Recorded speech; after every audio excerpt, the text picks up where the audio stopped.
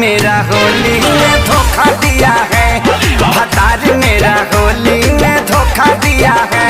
तब मैंने भी देवरा जी को मौका दिया है, तब मैंने भी